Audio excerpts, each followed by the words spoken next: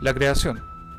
En oposición a todas las mitologías mesopotámicas, en el Génesis 1, el comienzo de la historia universal coincide con el comienzo del mundo. En Mesopotamia, como en casi todas las mitologías, la historia comienza antes de la creación del mundo y del hombre. Suele anteponerse una historia de los dioses que antecede a la historia de los hombres y que de algún modo determina y condiciona esta historia humana. Para la Biblia, sin embargo, nada habría pasado hasta el momento de la creación. Solo existía Dios sin más y la tierra estaba desierta y vacía. Génesis 1 y 2.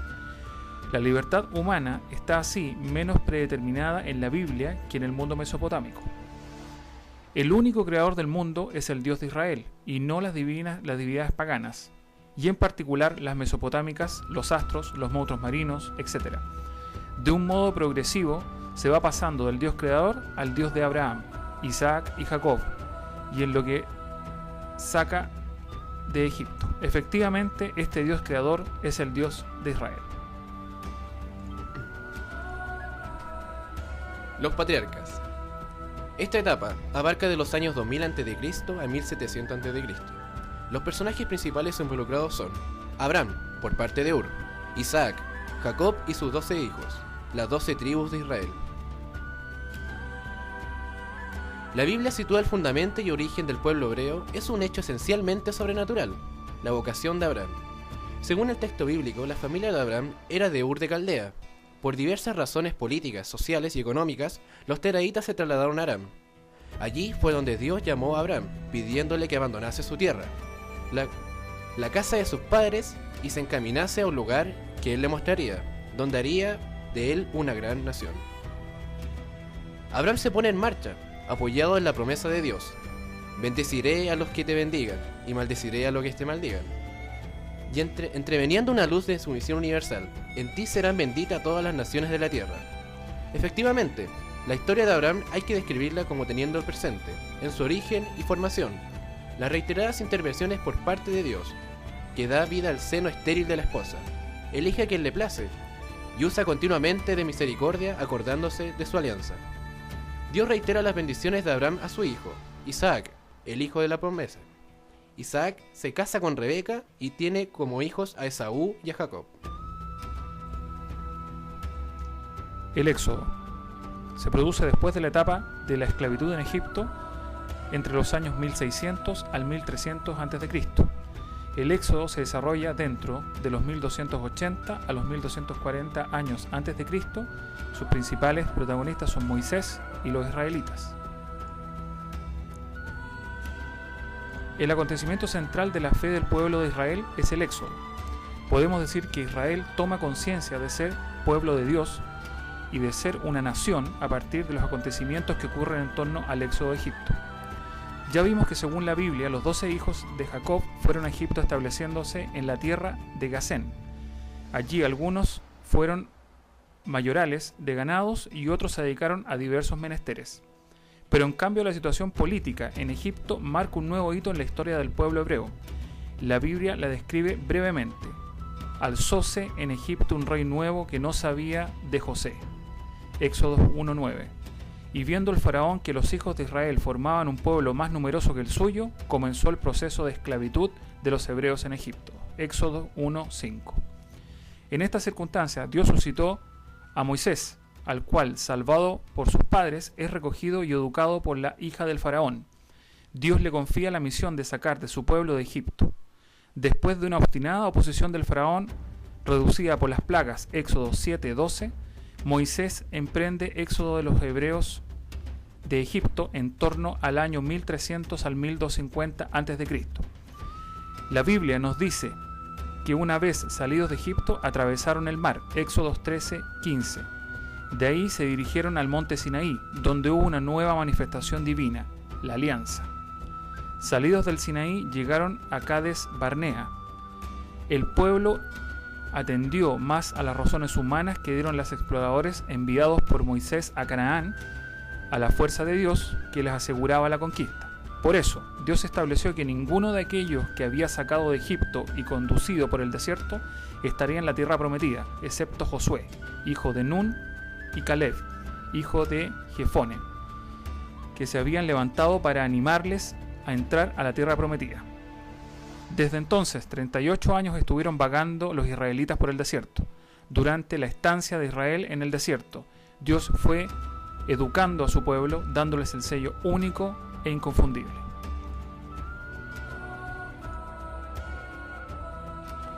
Se produce dentro del 1200 al 1000 a.C. Se realiza a través de Josué y los jueces.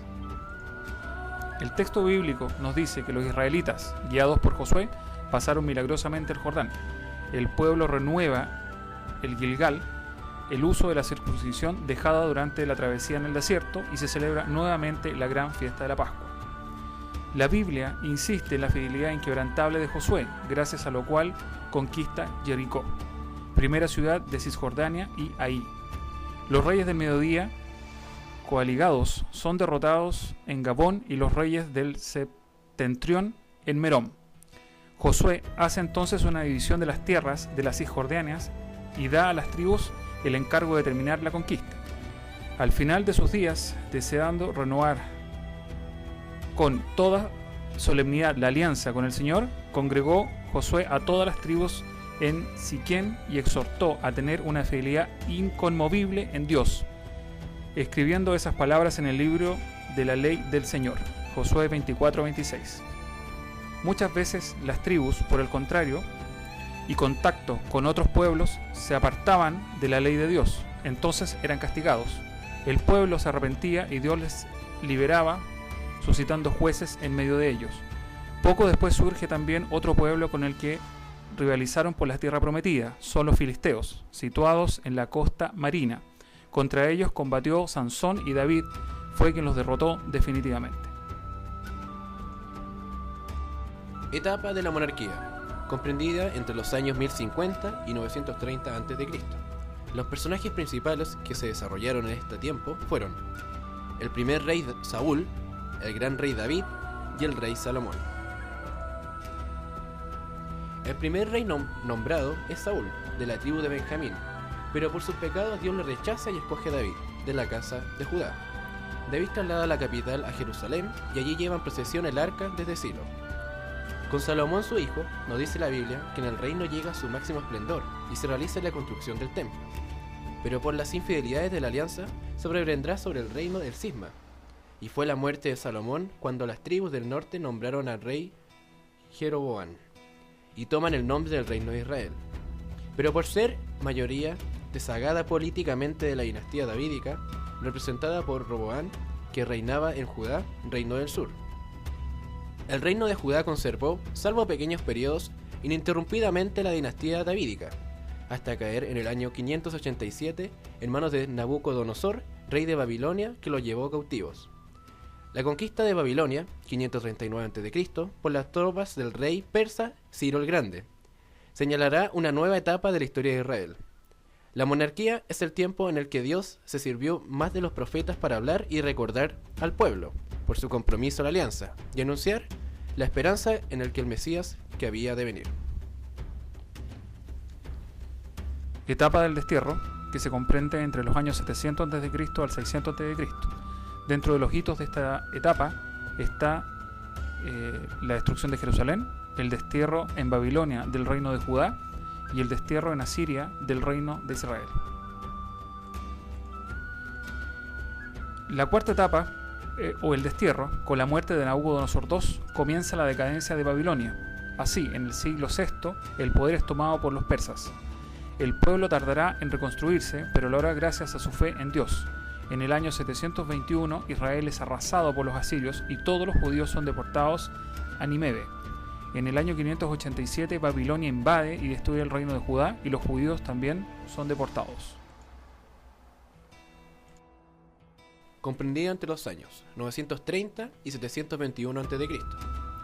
Los personajes importantes son los profetas por parte del reino de Judá y el reino de Israel, y como hito importante y final de este, la destrucción del reino de Israel.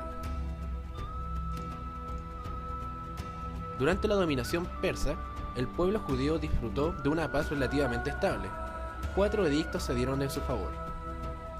Ciro les permite la repatriación. En el primer año, el reinado de Ciro, al rey de Persia Y para que se cumpliera la palabra del Señor anunciada por Jeremías, el Señor impulsó a Ciro a promulgar en todo su reino, de palabra y por escrito, este decreto. Ciro, rey de Persia, dispone lo siguiente. El Señor, Dios de los cielos, ha puesto en mis manos todos los reinos de la tierra, y me ha encargado que le construya un templo en Jerusalén, que esta es la región de Judá. Así que, a cualquiera de vosotros que pertenezca al pueblo del Señor, que Dios le ayude, y vayan a Jerusalén, que está en Judá, a construir el pueblo del Señor, el Dios de Israel, que es el Dios que habita en Jerusalén, y a cualquiera de los supervivientes que emigre del lugar donde ahora vive, que le ayude a sus vecinos con plata, oro, bienes y ganado, además de donativos en el templo de Dios y en Jerusalén. También Ciro le ayuda a empezar la construcción del templo realizado bajo la dirección de Zorobabel, que tenía a cargo del alto comisario. Entonces el rey Darío ordenó buscar en los archivos donde se guardaban los documentos de valor de Babilonia y en el palacio de Ecbatana, que está a la provincia de Media, se encontró un libro en el que constaba la siguiente memoria. En el primer año de reinado, el rey sirio dictó esta orden en relación con el templo de Dios en Jerusalén, que se pongan los cimientos y se reconstruya el edificio para que se ofrezcan allí sacrificios. Ha de tener 27 metros de alto por 27 de ancho. Además, 3 hileras de grandes bloques de piedra y una de madera nueva. El tesoro real pagará los gastos en cuanto a los utensilios de oro y plata del templo de Dios, los cuales Nabucodonosor sacó del templo de Jerusalén y trajo a Babilonia, que se devuelvan y sean llevados a Jerusalén, y que sean colocados en el templo de Dios, que es su sitio. Retiraos de Jerusalén, y dejad que el gobernador de los judíos y sus dirigentes se encarguen de reconstruir en su sitio el templo de Dios. Y estas son mis órdenes, en cuanto a la manera de ayudar a los dirigentes judíos para que reconstruyan el templo de Dios.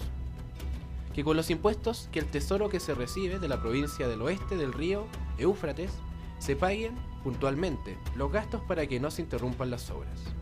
Y que diariamente y sin falta se entregue a los sacerdotes de Jerusalén, según sus indicaciones, todo lo que necesiten, sean becerros, carneros, corderos, para los holocaustos al Dios del cielo, o también trigo, sal, vino o aceite, para que se ofrezcan al Dios del cielo sacrificios agradables y rueguen también por la vida del rey y de sus hijos. Asimismo, ordeno que si alguien desobedece esta orden, que se arranque una viga de su propia casa y sea empalado en ella, y que su casa sea convertida en un montón de escombros. Y que el Dios que escogió a Jerusalén como residencia de su nombre, destruya a cualquier rey o nación que se atreva a causar dificultades o prejuicios al templo del Señor que está en Jerusalén. Yo, Darío, he dado esta orden, cúmplase al pie de la letra. Artajerjes envía a Esdras en el 458 con plenos poderes para arreglar la situación de Palestina. Esta es la copia de la carta que el rey Artajerjes entregó a Esdras, sacerdote y maestro introducido en todos los mandamientos y leyes del Señor para Israel. El emperador Artajerjes saluda a Esdras, sacerdote y maestro instruido en la ley de Dios del cielo. He ordenado que todo israelita que se encuentre en mi reino y que quisiera irse a Jerusalén contigo, pueda hacerlo, incluso si es levita o sacerdote. Etapa persa. Esta etapa está comprendida entre los años 538 y 400 a.C. Los hitos importantes en esta etapa son: los judíos vuelven a la tierra prometida, la edificación del segundo templo, Esdras y Nehemías reconstruyen la ciudad. Después de muchos años de destierro, los judíos pueden volver a su tierra. Ya no son una nación independiente, sino una provincia del imperio persa.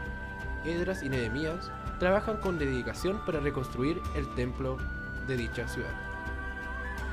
Etapa griega. Comprende entre los años 332 y el 100 a.C. Los personajes que destacan en esta etapa es Alejandro Magno, Judas Macabeo y la destrucción del segundo templo. Alejandro Magno derrota al imperio persa y los territorios pasan a manos griegas. Los judíos se oponen ferozmente, ya que este nuevo imperio pretende imponerse sus costumbres religiosas. Etapa romana, comprendida entre el año 63 al 0 a.C. Sus principales componentes son Pompeyo y el nacimiento de Jesús. La etapa romana, en la cual los romanos arrebatan a los griegos sus dominios y construyen un imperio que se extiende a lo largo de todo el mundo. Pompeyo conquista Jerusalén y destruye el templo.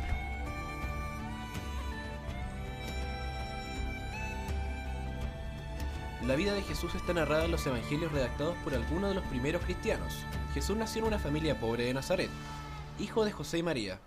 Aunque la civilización cristiana ha impuesto la cuenta de los años a partir del supuesto momento de su nacimiento, se sabe que en realidad nació un poco antes, pues fue en tiempos del rey Herodes, que murió en el año 4 a.C.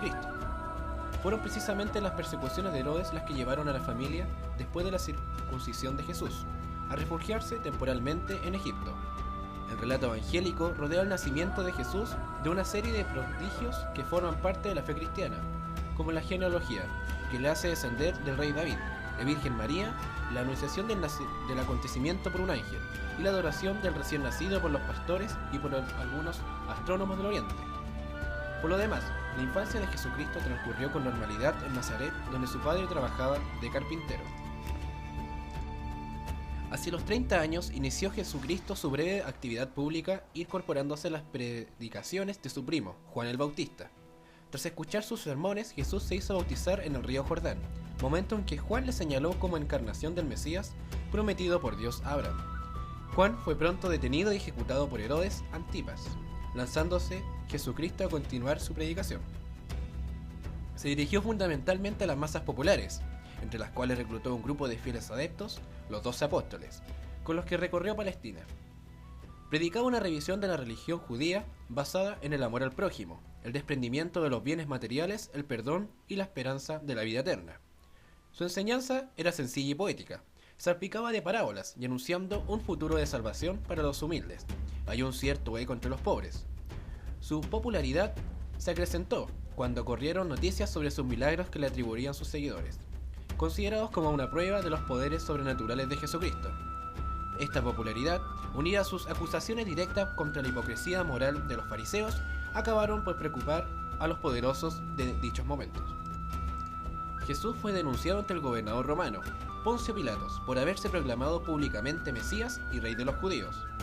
Si lo primero era cierto y reflejaba un conflicto de la nueva fe con las estructuras religiosas tradicionales del judaísmo, lo segundo ignoraba el hecho de que la proclamación de Jesús como rey era metafórica, refiriéndose al reino de Dios, y sin poner en cuestión los poderes políticos constituidos. Consciente de que se acercaba a su final, Jesús celebró una última cena para despedirse de sus discípulos. Luego fue apresado mientras rezaba en el Monte de los Olivos. Al parecer, con la colaboración de uno de ellos, llamado Judas, comenzaba así la pasión de Cristo, proceso que la llevaría hasta la muerte tras sufrir múltiples penalidades. Con ella, daba a sus discípulos un ejemplo de sacrificio en defensa de la fe, que estos asimilarían exponiéndose al martirio durante época de persecuciones que siguió. Jesús fue torturado por Pilatos, que sin embargo prefirió dejar la suerte del reo en manos de las autoridades religiosas locales. Estas decidieron condenarlo a la muerte por crucifixión. La cruz, instrumento de suplicio usual en la época, se convirtió después en el símbolo básico de la religión cristiana. Los evangelios cuentan que Jesucristo resucitó a los 3 días de su muerte y ascendió a los cielos. Judas se suicidó, arrepentido de su traición, mientras los apóstoles se esparcían por el mundo mediterráneo para predicar la nueva religión. Uno de ellos, Pedro, quedó al frente de la iglesia, y por comunidad de los creyentes cristianos por decisión del propio Jesucristo. Pronto se incorporarían a la predicación nuevos conversos, entre los que destacó Pablo de Tarso, que impulsó la difusión del cristianismo más allá de las fronteras del pueblo judío. Creación de la iglesia. Una vez que Jesús dejó este planeta, sus discípulos comenzaron a dar a conocer las enseñanzas que les fueron encomendadas. A este grupo se le llamaba comúnmente la iglesia primitiva, pues la conformaban personas que se iban aglutinando en torno a las enseñanzas de los discípulos de Jesús. Esta iglesia primitiva vivía y practicaba las enseñanzas dadas a través de Jesús y sus discípulos. Estamos hablando de una época en la cual no existían sacerdotes o líderes cristianos. De hecho, la cristiandad se vivía casi en secreto, ya que era perseguida, y para el Estado romano la creciente cantidad de personas que se aceptaban en las enseñanzas de Jesús les producía miedo, pues podían perder el control total de todos sus súbditos. Por ello, el Estado romano reunía a grupos de cristianos y los dejaban para ser devorados vivos por los leones hambrientos en presencia del público, de modo de entretener a su pueblo y provocar el terror a los cristianos, y con ello el cristianismo se dispersara.